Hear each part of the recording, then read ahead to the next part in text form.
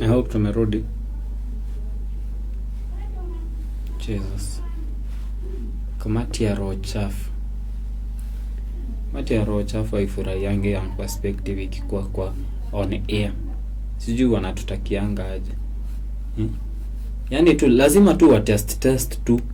Watest kama tuko sawa ama wana my lord, I wonder. Poleni sana guys. We apologize for the disturbance. Kidogo watu ya KPLC, watu ya mitambo walikuwa wanataka kutest kama tuko na uwezo. Na sijui kama mimi mwenyewe niamuke nifanye hii kama mambo ndio tusipata hii disturbance tena. Mnaona aje guys? We apologize so much for whatever is happening. Bear with us, but kidogo tu guys, 1 minute.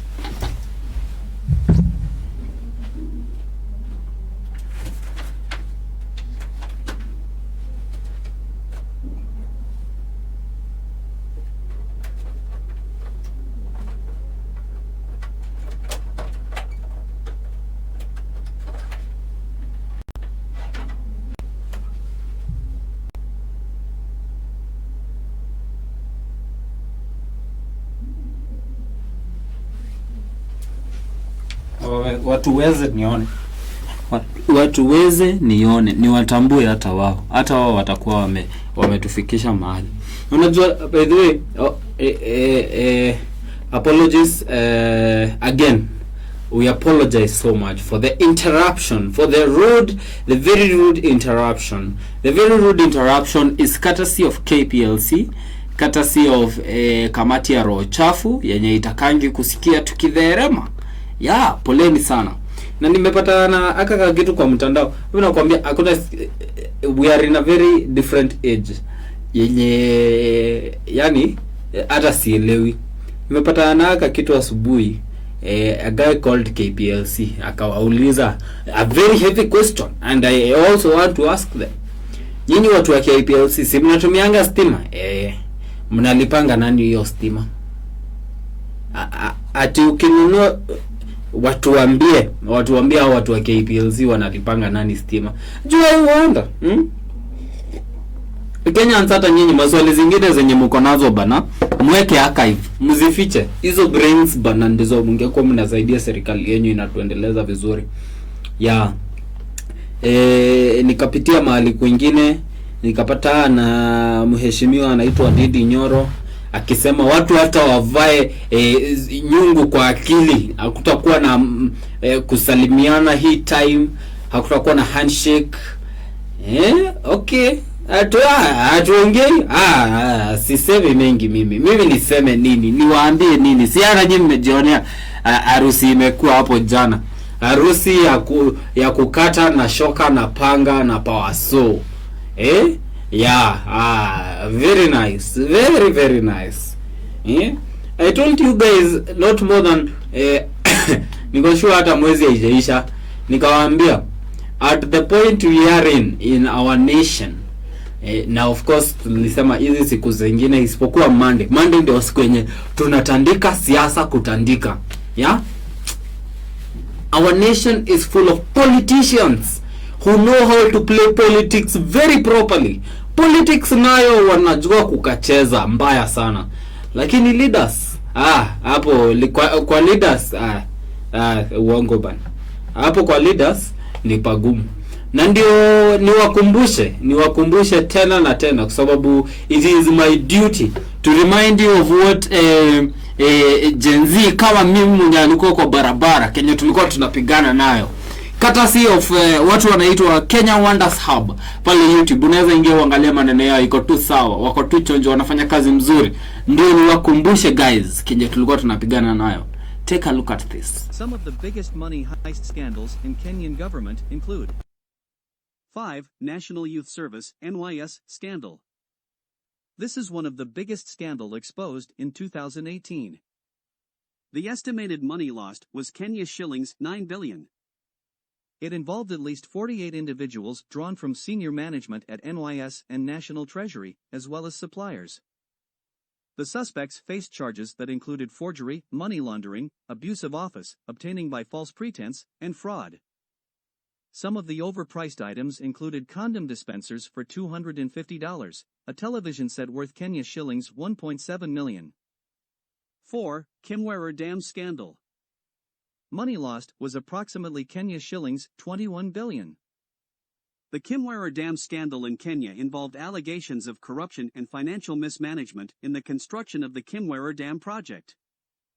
The project was intended to provide water for irrigation in the Rift Valley region. However, it was cancelled in 2019 amid concerns over its viability and financial feasibility. The scandal implicated high-ranking government officials who were accused of irregularities, including inflated costs and questionable procurement processes. 3. Anglo Leasing Scandal. Taxpayer money lost in this scandal is estimated to be Kenya shillings 50 billion. The scandal was exposed in 2002, although it started out in 1997 when the Kenyan government wanted to replace its passport printing system. A sophisticated passport equipment system was sourced from France and forensic science laboratories for the police were sourced from Britain. The transaction was originally quoted at €6 million by a French firm but was awarded to a British firm, Anglo Leasing Finance, at €30 million, who would have later subcontracted the same French firm to do the work. The major scandal included a non-delivery of goods and services and massive overpricing. 2. The Goldenberg Scandal. The estimated cost in this scandal was Kenya shillings 100 billion. The Goldenberg scandal was a political scandal where the Kenyan government was found to have subsidized exports of gold far beyond standard arrangements during the 1990s by paying the company Goldenberg International 35% more, in Kenyan shillings, than their foreign currency earnings. Although it notionally appears that the scheme was intended to earn hard currency for the country, it is estimated to have cost Kenya the equivalent of more than 10% of the country's annual gross domestic product, and it is possible that no or minimal amounts of gold were actually exported. 1. The Eurobond Scandal. Wondering what was the Eurobond scandal? This scandal will always be like a thorn in the flesh because taxpayers' money lost was estimated to be Kenya shillings 215 billion. This scandal was a foreign loan taken by the government to fund mega development projects. The government indeed insisted the controversial foreign loan was used to fund projects under different ministries. However, in 2016 the loss of Kenya shillings 215 billion shillings was confirmed by the then Auditor General, Edward Uko. Some of the biggest money heist scandals in Kenyan government include 5. National Youth Service NYS scandal. This is one of the biggest scandal exposed in 2018. The estimated money lost was Kenya shillings 9 billion. It involved 48 individuals drawn from senior management. Again, apologies bana, ninaona hapo kidogo mtandao inasumbua kusumbua, lakini we are working towards making it better. Of course, hii kipindi lazima tuifanye ikue as relevant and as suitable even for you straight, kwa sababu we are the fourth state. The fourth state is one that is supposed to keep things in check, na mali aiendi ama mali haiko in check kidogo tunasema pia hapo ndio panarekebishwa. And before we was rudely interrupted by KPLC testing our strength. Juu hiyo ni kututest nguvu zetu na our patience. Nilikuwa ninasema on this specific day, on a Wednesday, being the very good and very blessed day that it is, I am leaning towards something that we haven't done before. This is after a lot of revelations, of course. I am leaning towards tuko tunafanya kitu feminine kidogo on Wednesdays, being a woman crush Wednesday, with the fact that we have moms, we have sisters, we have daughters, we have nieces, aunties, shows wenye wamefanya vitu great. Inaweza kuwa sio big vile, lakini ni great nonetheless. Lakini the problem inakuanga hatuwapeangi maua zao, of which is very wrong, na haifai kuwa hivyo. So I am leaning towards that sort of a thing. especially on Wednesdays, na muniruhusu sana ninapata, so mnajua huyo ni handsome boy na girl child hakosanange sana. Yeah, I remember kuna wakati tulikuwa mahali and my mother was telling people, huyu kijana yangu mkimuone hivi mdhani ni mzuri sana, anaweza toka huku kwenyu na girlfriends watano. Si ati ni uongo, considering kuna wakati kabla sijajua hii gender yenyu vizuri, there was a time where I was fantasizing. Hii ni ile kufanto proper. Nilikuwa nina fanto najiambia wallahi si mimi ninaweza, si lazima ni kuwe Muislamu, lakini sinaweza tu copy venye wanasemanga 4, a maximum of 4. Yeah, nikuwe na waine, tukue kwa nyumba moja, bedroom moja. Inaweza kuwa it can be fun. Yeah. Dark days those ones. Before I knew your gender. You women's guys, take 36 hours of your 24-hour day to fear women. Yeah. But nonetheless, before we fear women, nina feel kidogo there is also a lot that women do. Of course, siongei kuhusu extra proportionate things. I'm talking about things that may have happened, especially kama the story yenye tunaanzia nayo. It's a story I've taken pride in because it's somebody mwenye ameni inspire for a while. Na stories za ladies, stories za wamama, stories za our mothers, our shows kidogo haziongeleangwi. We only hear about the men and the men, and I'm not saying it's bad, but let's give flowers where flowers are due. Again, hii conversation ya ladies, ninakumbuka last week on Friday hatukuwa na nyinyi, nilikuwa mahali kwa mkutano, and the mkutano was about women's engagement in the society today, women's engagement na nini, and I was so shocked to hear of revelations of people's stories out here. Inaonekana sio kitu kubwa, but ina affect the society in a very huge manner. Jo kama sahi hakuna mtu mwenye alizaliwa na mwanaume, ulizaliwa na mama yako, regardless of the fact that your father is the one who gave you life. Now tafadhali, let's agree here. My sisters, my mom, my mothers, my grandfather, my grandmothers, my aunties, women are the carriers of life. Men are the creators of life. Na tutakuwa have these interesting conversations, of course, kila Wednesday. Majaliwa ama namna gani, my friends? Yeah. So place yenye nilikuwa on Friday, kitu yenye ilinishtua ni kusikia, did you know, this one is a very true fact, true to the word, that time ya Maumau venye kulikuwa kuna pigana maneno za Maumau ni nini, venye atukuangi. By the way, hata sasa hivi nikikwambia unitajie majenerali watano female, na of which kulikuwa na ladies wenye walikuwa ndani ya msitu wakipigana mbaya sana. Atujuange, tunajuanga tu bibi ya the late Dedan Kimathi. Madam Kimathi tu peke yake ndio tunatambuanga, na hata sio kumtambua pase juu hata sikumbuki the last time hii gava yetu ilimconsider. Ninakumbuka nikiona her story a few months ago. I think it was covered by mainstream media a few years ago, and life was not as pretty as you would wish for her. And again, it is not the only story from a feminine hero or a heroine per se mwenye atuangaliangi, mwenye hata hatunanga shughuli nayo. So it is disheartening. Na kwa sababu ya hiyo na sababu zingine mingi, nimedecide that siku ya Wednesday nitakuwa nawaletea my babies, my females hivi. Yeah, tunapiga story na wao. Hata kama hata niambia story yake, tunaweza kuwa na yeye hapa tupige tu story, tupige gumzo. Tuongeongee maneno hivi. Yeah, na itakuwa tu fit ama namna gani, my friends? Yeah. So the main character of our story today is a lady who has inspired a lot of generations.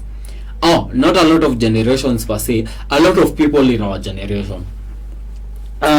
nikiweza kuuliza wewe uko hapo mtaa na nyinyi mafans mwenye mnani watch na now appreciating sana. Oh, na by the way nilikuwa karibu kusahau. Nilipewa a message by one of these fans, by one of you. Akaniuliza mazee KR tunashindangwa, tunaweza kusupport vipi? Mimi nataka tu first off ku appreciate those people who like, those people who comment, when you share, when you follow pages zetu at Cincha TV and Ndereti FM official pages. That is the best way you can support us. Of course kuna venye tunaweza kuja tu tukigrow pamoja na tuende tukisupportiana, but as of right now piga hiyo share button. Share ya beshte yako mwenye anaweza bambika na hizi gumzo, mwenye anaweza bambika kuona huyu handsome boy, mwenye anaweza bambika tu kwa hizi conversations. Mtumie ako kalinga hata yeye join in. Tumia beshte yako mwenye ni youth, tukue tunaongea hizi ma story. Juu by the way tusipokuwa na platform yenye tunaweza bonga kama ma youth, yenye tunaweza bonga hata tuongeleshe wazazi wetu wasikie stories zetu kidogo, hatutakuwa tukimake sense. And that is in my own words the best way that you can support us here at Cincha TV and Ndereti FM. Piga hiyo like, piga hiyo comment. Wewe tu andika tu hapo umeona kijana leo anakaa vizuri. Andika tu hapo. Piga share ya mabeshte zako 5. Hiyo ndio kutupea moyo. Tupea moyo. That is the best way you can support us mazee. Na wenye mnafanya hivyo already, wenye mnatu supporting hadi kwa ground mazee, big up yourself first off, na tuna appreciate mbaya sana. Coming straight from the very siwezi sema good, siwezi sema bad, siwezi sema dark heart of KR, but from my heart. Yeah. Tuko chonjo? Bas. Story ya leo, juicy story, na wewe sijui kwa nini hii shughuli ya kupiga story kila siku imeniingia. But of course we are going to get to the thesis of it. Story ya leo ni kitu ili happen a very long time ago. Na it is close to, by the time tunaenda miaka zingine, kitu miaka ngapi hivi? Tuko 2024. By the time inafika 44, by the next 20 years itakuwa kitu 100 years ndio ime pass between this story na the effect that it has. The story that we are going to talk about, the example, junior example to ya the whatever we want to discuss, ni kitu ili happen during the Second World War. First World War of course it happened between the 1912 1918, those years binadamu wameamua kutandikana mbaya sana. Na of course at the time technology haikuwa as evolved as of right now. Hakukuwa na nuclear weapons at the time, nini ballistics na mamishoni kama hizo hazikuwa. So haikuwa, ilikuwa World War ndio, but kidogo yenye ilikuja kutushtua ni yenye ilikuja kuhappen World War 2 between the 1940s. I think ilianza 1940s huko hivyo. Na the problem na binadamu ni sijui tutasoma mara ngapi ndio we actually come to learn from our past, we learn from our mistakes. Na the problem is we don't dwell into it, ndio maana tusomange kuzioso. Our story starts in June 12th 1929. June 12th 1929, msichana hodari, msichana mrembo sana, nimewahi angalia picha zake online, nikimstock kidogo. She was very pretty. Sadly her life ended when she was 15. A lady by the name Anne Frank. Na wenye wanajua story ya Anne Frank mnajua only dem amekuwa detrimental sana. Alizaliwa in June 12th 1929, mahali kunaitwa Frankfurt. Nimesema hivyo juu ya shosho yangu, juu ya manyanya zetu, juu ya mabeshte zangu wale wako ushago, inaitangwa Frankfurt, but juu mnataka kuita Frankfurt Germany. June 12th 1929. Dem amezaliwa, of course familia yao wanajiita the Franks, ni kama venye huku mnajitanga the Kamaus, the Kemanis, the Wangangas, you know, that sort of a thing, yeah. Akaitwa Anne Frank, wamezaliwa Germany. That is her area of birth, yeah. But wazazi wake, the father was called Otto Frank. Otto alikuwa from a Jewish descent. So wao walikuwa wa Jewish, wakakuwa hizo mafamilia zao wamehamia Germany. By the time Udo anakuja kuzaliwa, alizaliwa Germany. Na of course mnajua World War 2 ilianzishwa na mzee kichwa mbaya anaitwa Adolf Hitler. Alikuwa by the time ndio the ruler of the great country of Germany. Na hiyo time by the way, na muende muangalie story ya huyu kijana, alikuwa psychopath design ya ngori. But hii ni story tutakuja kupiga different day. Ikikuja time yenye tunaangalia watu wenye wamoi masaka watu, unless it is a white person, white people who are murdered, we never consider them. We have kama the king of Belgium mwenye aliua more than 10 million Congolese. Hatujui sikia stories zake, but kama kawaida tutaongea a different day. Our story is on Anne Frank. Anne Frank amezaliwa, akona sister yake anaitwa Margot Frank. Wamezaliwa area za Germany, wamelelewa huko, wamesomea huko. Baba yao walikuwa na biashara hiembea. Life wasn't bad for them. By the time inakuja kugonga 1933 ndio Hitler alikuwa anaingia in power. So by the time mtoi alikuwa 4 years ndio Hitler alikuwa anaingia Hitler kukuja, of course alikuja na policies zake za Jews na their aggravation of lifestyles, na venye walikuja kukandamizwa na kufifinywa. Huyo kijana alikuja within those years ya the 30s, alianzia 33 akiendelea hivyo. Venye walikuwa tu huku hivi area za Germany wakaona hizi ma policies zinaletwa, by the way guys, hapa tutaenda bana, hii hapa hakuna kuponea. So Kenya tutafanya before kuwake moto zaidi ya moto, wacheni to hepe. So the Frank family wana hepea sides za Netherlands. Netherlands is a neighbor of Germany. Wana hepea mahali kunaitwa Amsterdam, Netherlands. I think it's the capital city, yeah. Na the reason why walihepea Netherlands ni juu Otto Frank, mzai wa Anne Frank, alikuwa na business connections uko hivyo Amsterdam. So it made sense.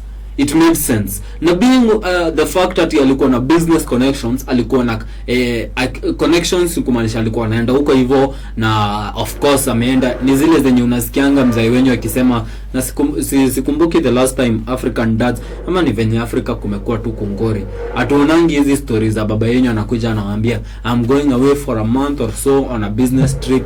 Yeah. So baba yao alikuwa na hako ka story ka I'm going to Netherlands for business trips, na kwenye alikuwa anaenda Netherlands alikuwa amejenga, alikuwa na an apartment huko hivyo, na si apartment tu, ilikuwa is a good thing.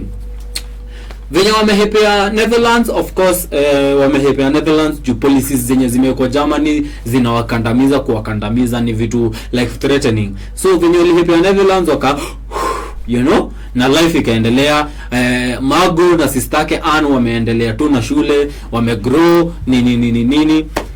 Hii time yote ndio Hitler sasa mashetani zake zinamwambia hii kitu tunafanya mbaya sana, si ndio? Na we all know the story of World War II, na kama hatujui tutakuja kuipiga a different time.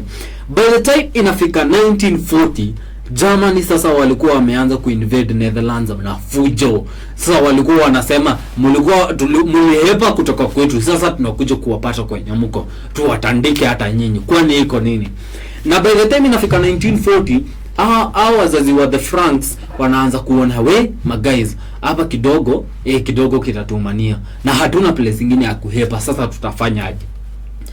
The only thing that they had was the fact that the father, especially because of the business connections na nini, alikuwa na mabeshte wenye sio Jews, you get, na mabeshte ndio walikuja kuokolea. 2 years down the line, on 6th July 1942, Germany invaded Netherlands ipasavyo. Hii imetesa mbaya sana to a point washafika the capital city of Netherlands, that is Amsterdam. Na huku ndiko akina Anne Frank na familia yake walikuwa wamehepea. So they have nowhere else to go. The result to the fact that kwa hii maskani yenye tunakaa kuna mahali juu tunaweza jificha. Hapo ndipo tutakuwa tunakaa na tutasurvive tu hapo hadi hii maneno ikuje kuisha.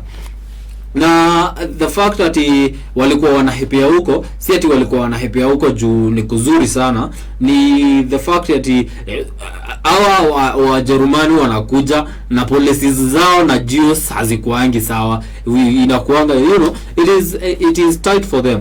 So on July 6th 1942 familia ikaingia into hiding. Now waliingia into hiding into this business premises yenye walikuwa wanaishi, and they didn't go in alone. Walikuwa na 3 other families zenye walikuwa Jews na ni mabeshte zao, na hata hizo familia 3 hawakuwa na any place ya kuhepea. So wote wakafanya nini? Wakahepea huko hivyo, wakajificha huko yani. So within that time venye walikuwa wanaishi kwa hizo hiding ni place to Anne Frank in her diary alikuwa anaita the secret annex. The secret annex walikuwa wanakaa, hakuna hewa, hakuna kupiga kelele juu Wajerumani wakiwasikia watachoma, wataharibu mbaya sana. Na hadi food hakuna hadi kutoka kuendea, ni kurely na mabeshte wawalete food na nini na nini na nini. That was life.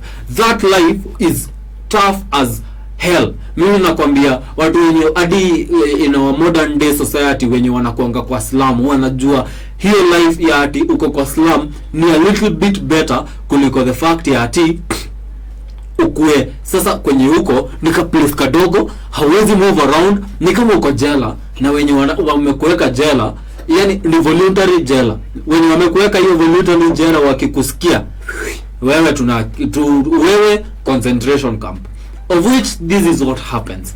Na hapa ninakuanga na madhongo sana kwa sababu in the year 19 ngapi 1944 ilikuwa 2 years. Hao wase wameishi in hiding for 2 years.